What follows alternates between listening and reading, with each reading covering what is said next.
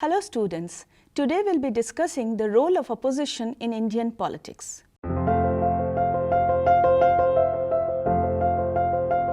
The objective behind today's discussion is to give you an understanding about the evolution of opposition in India and its constitutional position. Then we'll try to understand the development of opposition during the Nehru-Gandhi era. Finally, to understand the significance of opposition in the era of coalition politics with special reference to UPA and NDA. Let us first start with the importance of opposition in a parliamentary democracy. True democracy demands the right balance of cooperation and constructive criticism, especially in countries having bi-party and multi-party systems. The Westminster model of parliamentary democracy presupposes the existence of two classes within the governing body, the ruling class and the opposition. In legislatures where representatives are elected on the basis of first past the poll system, opposition, though a minority, actually represents a large proportion of the total population. Members of the opposition in the lower house are called upon to act as a brake on government haste, to ensure that all legislation receives the due process of parliamentary deliberation as to ensure that diverging and opposing views have a chance to be aired and defended. The existence of a vociferous opposition constitutes the bulwark of parliamentary democracy. Opposition has an important role to play through reflection of problems of the electorate by meaningful discussions and deliberations. In a way, it is believed that opposition has to play three important roles. One, to propose. Second, to oppose. And third, to depose. In fact, it is believed that a responsible opposition provides a balanced development in the political as well as the societal system. Though the Westminster model of democracy was introduced in India during the colonial rule, yet we do not find similar principles applied in India. The fundamental principle of parliamentary democracy presupposes the existence of a recognized opposition, as we have Her Majesty's opposition in England, which is also called the government in waiting. Such an opposition never really took shape in India, both in the pre-independence or in the post-independence period, primarily because the Indian National Congress was the only party with a mass following. More so, the role of the Congress in the freedom struggle outled the other political parties, and people strongly believed that the Congress gave them freedom. The same continued even after independence, although the Constituent Assembly did raise the need for a responsible opposition to keep the ruling party from framing anti-people legislations. Now, the Constituent Assembly debates also reflected certain concerns for a responsible opposition. Members of the Constituent Assembly felt that it should be the constitutional duty of the opposition to criticize the government, carry out agitation against anti-people legislations, and arouse public opinion. An interesting observation which seems to come out of the constitutional debates is that the only opposition to the Congress government can either come from the communists or the communalists, especially the Muslims. This shows the antipathy of the members of the Constituent Assembly to insert specific provisions providing constitutional sanction to the opposition in India. A closer look into the constitutional provisions reveal a non-existent opposition, since there is no mention of the term opposition in the Indian Constitution, but either in the national legislature or in the state legislatures. Let us try to understand if the Constitution recognizes an opposition or not. According to Article 75, Clause 1, the President shall invite the leader of the majority party and designate him as the Prime Minister. The Constitution is conspicuously silent on the powers and functions of the opposition parties. Recognition as an opposition party according to the parliamentary rules of procedure of the Lok Sabha meant that a party should have at least 10% of total strength of the House. Now let us try to see whether we had some kind of a responsible opposition in the Lok Sabha elections. During the first three elections, 1952, 1957, 1962, no political party by itself was closer to getting 10% of total seats in the Lok Sabha, and hence the Nehruvian period did not witness the presence of a recognized opposition as part of the Westminster model of parliamentary democracy. This is due to the weak positioning of other parties as compared to the Indian National Congress. Again, whenever a Congress policy was criticized, it was interpreted either as communal or communist. Moreover, the voices of opposition were stifled as anti-democratic and an hindrance to healthy governance. Again, during the first three elections, there were not enough candidates to be fielded by non-Congress parties in all the constituencies of the country. As such, in most of the seats, Indian National Congress won uncontested. This is not to say that the Indian National Congress was the natural choice of the voters, but the Indian National Congress was the only choice available to the voters.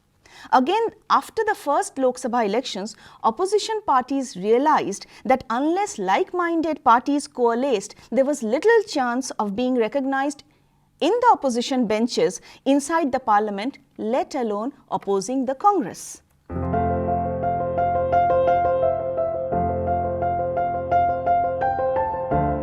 Now let us try to understand official recognition of opposition and when did it come in India. In 1977, the Janata government passed the Salary and Allowances of Leaders of Opposition in the Parliament Act, which accorded statutory recognition and salary and other privileges to the leader of opposition in Parliament.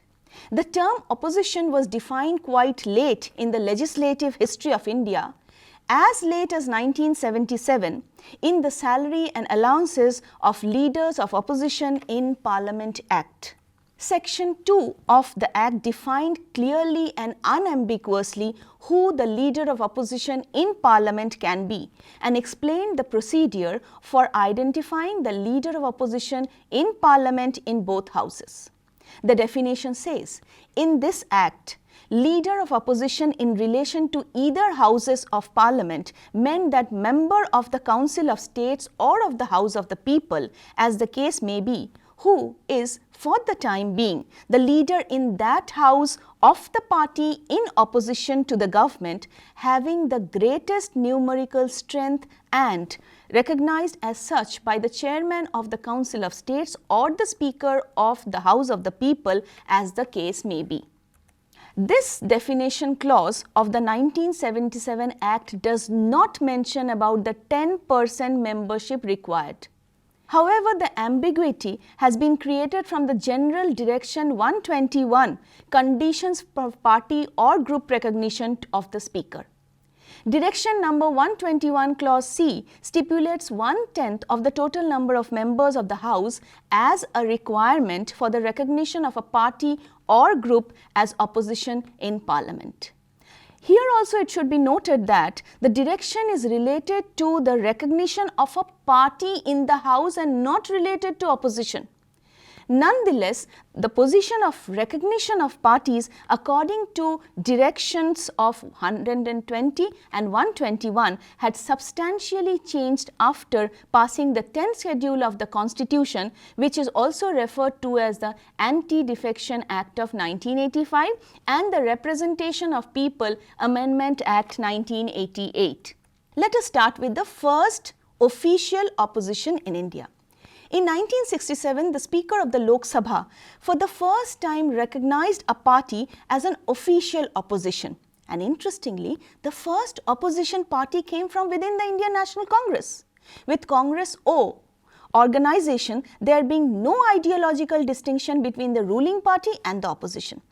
During the fourth Lok Sabha, Congress itself split in reaction to authoritarian attitude of Mrs. Indira Gandhi, and a new party was formed called the Congress Party in Parliament organization, recognized by Speaker as the Congress Party Opposition. What is significant is that the Speaker of the Lok Sabha for the first time in parliamentary history recognized this party as the official opposition party and its leader as the leader of the opposition, according to Direction 121, Clause 1 of the Directions of the Speaker. Now let us try to understand the role of opposition specifically during the Nehru-Gandhi era.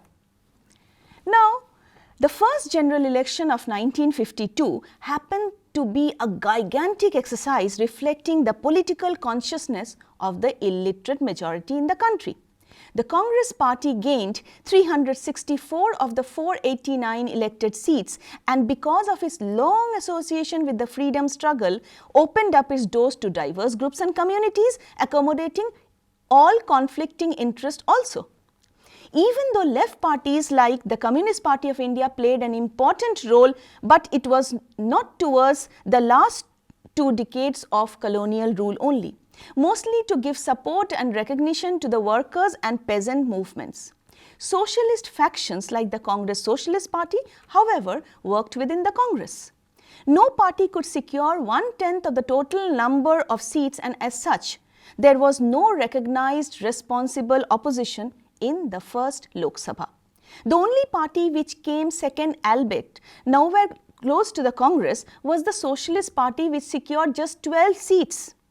Interestingly, the non-Congress parties did not have enough candidates to field in all constituencies. Now, let us try to understand the second Lok Sabha elections and whether we did have a responsible opposition or not. During the second Lok Sabha elections 1957, which surpassed the first one, and the Congress swept the Lok Sabha polls, winning 371 of 494 elected seats. CPI got 29 seats, PSP got 19, and Jan Sangh just 4 seats. The non-Congress political parties realized that unless and until they united, they would never be able to compete with the Congress. Parties could at best be called second parties, but definitely there was no responsible opposition in the second Lok Sabha elections also. The result of the third elections were a repetition of the earlier 2 Lok Sabha elections, sending the message that there was no alternative to Congress, and that despite evolving a multi-party democracy, the non-Congress parties cannot match with the charisma of the Congress, and therefore no question of a strong opposition to the Congress. The Congress was able to steer smoothly its policies without much opposition. The fourth general elections, 1967, was historic in the sense that, though as usual Congress returned to power, but the elections gradually witnessed the rise of a opposition. Congress' failure to meet the expectations of the people led to the rise of the Swatantra Party. More so, Congress itself was split in reaction to the authoritarian attitude of Mrs. Indira Gandhi, and a new party was formed, Congress Party in Parliament organization, which was recognized by the Speaker as Congress Opposition. However, Congress in opposition did not hesitate to join the ruling party in minority to form a government. The fifth general election witnessed Indira Gandhi steering the Congress to a landslide victory, campaigning on the slogan of Garibi Hatao, and she returned to the parliament with 352 seats. This was the worst period of her rule with 2 major crises: the Indo-China War, the Indo-Pak conflict, as well as the Allahabad High Court ruling declaring her electoral victory beset with corruption. Instead of going for polls, we all know she declared emergency in the country and all opposition leaders were put behind bars. As it is now, a weak opposition now became a non-existent opposition. 1977 to 1989 constitutes another phase of the role of opposition in India. The 6th general election 1977 was historic in the sense that it ended 30 years of Congress dominance in the country. 4 opposition parties, Congress O, Jan Sangh, Bharatiya Lok Dal and Socialist Party, decided to fight the elections as a single party called the Janata Party.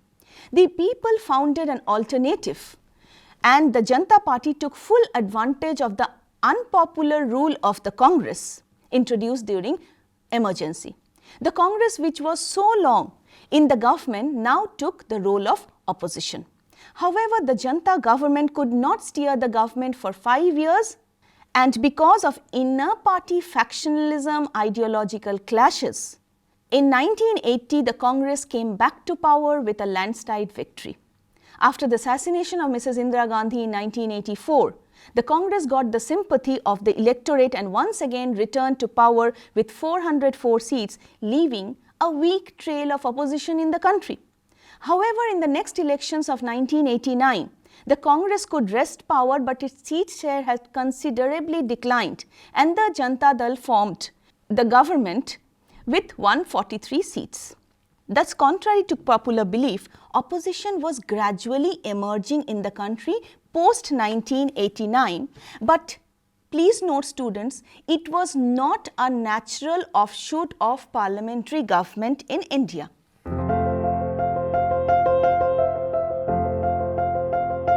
Now we enter a new era of opposition post 1989. We may say this to be an era of functioning of opposition within a coalitional form of government. The 10th Lok Sabha elections were a mid-term one, as the previous Lok Sabha had been dissolved just 16 months after government formation. The elections were held in a very polarized environment and are also referred to as the Mandal Mandir elections after the two important poll issues, that is the Mandal Commission fallout and the Ram Janmabhoomi Babri demolition in 1991. It was a three-cornered fight. The Congress, the BJP and the National Front Janata Dal Left Front coalition. The result threw a hung parliament, with the Congress emerging as the largest party with 232 seats, while the BJP was second with 120 seats. Janata Dal came a distant third with just 59 seats. The 11th Lok Sabha saw the BJP and its allies coming to power with 187 seats and the Congress forming the opposition. Here we need to see how equations started changing. The Congress, which was the ruling party, now came and occupied the opposition benches. However, let us move on to the next elections, that is the 1999 elections. In 1999, the BJP-led NDA won 182 seats and formed the government, and Congress here played the lead role of the opposition. During the NDA regime, the Congress opposed the Pokhran II tests. Interestingly, students, please note that the same Congress supported and favoured the Pokhran I test during the regime of Mrs. Indira Gandhi in 1974. One more point deserves special attention. Opposition of policies came not only from the opposition parties but also from key ruling allies, which was a feature not present in earlier governments. The NDA regime witnessed the withdrawal of the TMC, an alliance partner opposing the ruling policies. This is an interesting development of coalition politics in what we may be called development of the opposition from within. Let us come to UPA and opposition politics. 2004 saw the coming of the Congress-led UPA to power, the BJP adorning the opposition chair. Key issues like inflation, Indo-US nuclear deal marred the relations between the ruling as well as the opposition. The Indo-US nuclear deal was met with vehement opposition from some political parties. The primary opposition of the nuclear deal in India, however, came from the CPIM and the left allies, which withdrew external support from the UPA on the ground that the deal would undermine India's sovereignty. The government had to go in for a confidence vote, which it successfully survived. Therefore, a key point to note here is that opposition started emerging within the coalition partners themselves. Coming to the 15th Lok Sabha election, students. The 15th Lok Sabha elections witnessed the second phase of UPA rule in the country. But in terms of numbers, the Congress has been able to improve his situation in its favour. In India, the opposition comes for government's policies not only from the opposition but also from within the alliance partners of the ruling party. This is a feature absent in other countries. This is because of the nature of coalition alliances in our country, where the pressure for changing a government's position on a specific issue comes from within the ruling party. This happened during the opposition by the left parties against the Congress in the confidence motion in the India-US nuclear deal. Congress is still today haunted by the allegations raised in the Bofors deal, the 2G scam, the recent Colgate scandal, and so on and so forth. However, please note that students, in 2014, no single opposition party was able to secure 10% of the Lok Sabha seats, because of which the Speaker of the 16th Lok Sabha, Sumitra Mahajan, denied the post of Leader of Opposition in Parliament to the Congress. In the 2014 Lok Sabha elections, we know that BJP won by a huge margin, but it was an NDA surplus coalition government in office. Despite repetitive demands from the Congress, which was still the single largest opposition party in the country with 44 members in the Lok Sabha, the decision was delayed and ultimately denied. According to media reports, the Speaker's decisions relied on directions of the Speaker of Lok Sabha, and the Speaker has been issuing these directions from time to time for regulating certain matters not specified in rules. And the Speaker has based her decision on the basis of past precedent. On this issue of recognition of the Leader of Opposition in Parliament to the Congress, or not recognizing the Congress as the opposition party, the Speaker also consulted the Attorney General of India, Mukul Rohtagi, at that point of time. Let's come to 2019 Lok Sabha elections and see the role of opposition currently. After the results of the 2019 Lok Sabha elections were declared, the NDA emerged victorious with a massive majority of 353 seats in Lok Sabha. The Congress could manage only 52 seats, which left it just outside the ambit of 55 seats required to meet the 10% criteria of the opposition party. However, there are no statutes or Speaker's directives that have specifically stated the 10% requirement for the post of the Leader of Opposition in Parliament. The matter of deciding the position of Leader of Opposition in Parliament is conclusively with the ambit of the Speaker of the Lok Sabha. According to the 1977 law, the Speaker could confer the LOP status to the leader of the single largest party in opposition to the ruling party or alliance. Though the Speaker has declined the position of LOP, as a matter of fact, it can be challenged in the court. Now let us try to understand the role of opposition in the present political context. In the present political context, the government seems legally bound to consult the Leader of Opposition in the selection of certain important constitutional and political positions in the country. For example, appointments to some crucial positions like the Central Vigilance Commissioner or the Chief of the CBI needs some kind of a ratification from the Leader of Opposition. The Leader of the Opposition has a definite role to play in appointing to these selective posts, according some legislations. But students, please note that this position is not a constitutional one. This seems to contradict the other rule that the leadership of the opposition cannot belong to a party with fewer than 10% of the seats in Parliament. Now, finally, let's come to the significance of an opposition in India, even though opposition constitutes a weak position in the Indian political system. It may be said that the opposition's role in Indian politics needs to be understood in the light of peculiarities in the Indian political system. The vote share of the 2019 NDA government is 44.2% with a seat share of 353 out of 543 seats. So, the NDA government has got 44.2% seats. Now, let us look into the total opposition parties, what is their seat share and what is their percentage of votes? The vote share of all opposition parties combined is 55.8%, though the number of seats is 190. Now, if you look into the vote share of the ruling and the opposition party, the combined popular support is therefore for the opposition, who has got 55.8% votes, and not for the ruling party, which has got 44.2% vote share. And this is a significant point to note, that how this large section is legitimately represented in a representative democracy. An official or designated opposition is to be seen as an authorized instrument for a cogent representation. Now, there are certain peculiarities which should be seen in the Indian context.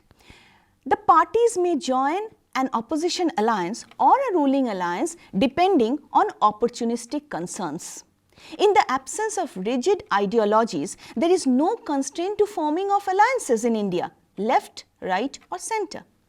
Whenever the Congress has been in the opposition except 1998, it has always ensured that non-Congress ruling governments does not complete the time, and every time the Congress has provided external support and then it has withdrawn its support as the crucial time.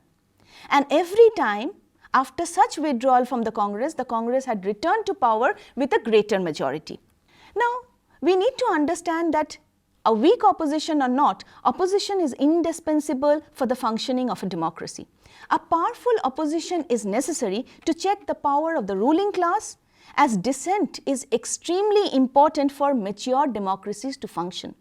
Right to dissent is a part of responsible government formation. The need for the opposition has been considered in parliamentary democracy. According to the noted scholar of political science, Sir Ivor Jennings, if there is no opposition, there is no democracy.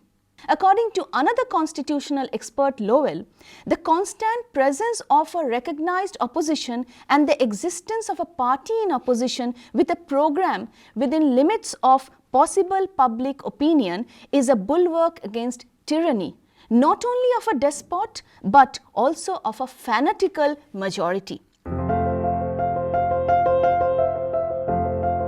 To conclude our discussion of opposition in Indian politics, according to veteran constitutional expert Subhash Kashyap, he notes that no new rules are needed. It's the nature of government-opposition relations that need fixing. In the present scenario, the government considers the opposition untouchable. And the opposition is always opposing everything the government does. They are just not working together. The success of parliamentary democracy in India thus necessitates a harmonious balance between the ruling and the opposition in the interest of the citizens. And above all, the opposition parties has to create a confidence through positive action that they are truly an alternate government. They can truly provide an alternative government to the citizens. Therefore, opposition has a significant role to play in a parliamentary democracy like India. Thank you. That's all for today.